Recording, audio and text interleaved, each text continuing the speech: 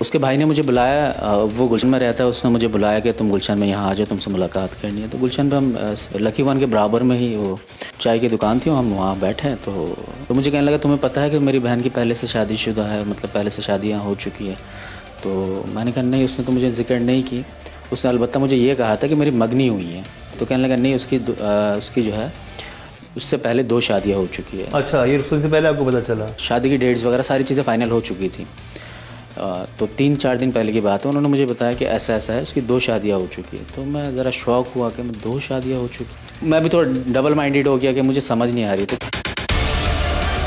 क्या सच में शबाना के भाई ने ये बात उस्मान को बताई थी? और अगर बताई थी तो बताने के पीछे क्या मकसद छुपा था? उस्मान ने मुझसे ये तस्करा भी किया था कि आपने उनको बताया था कि वो पहले से उनकी शादी हुई भी थी, उनकी पहले वाली शादी, वो कह रहे एक शादी पहले हुई थी, 2 शादियाँ आई थिंक पहले हुई थी।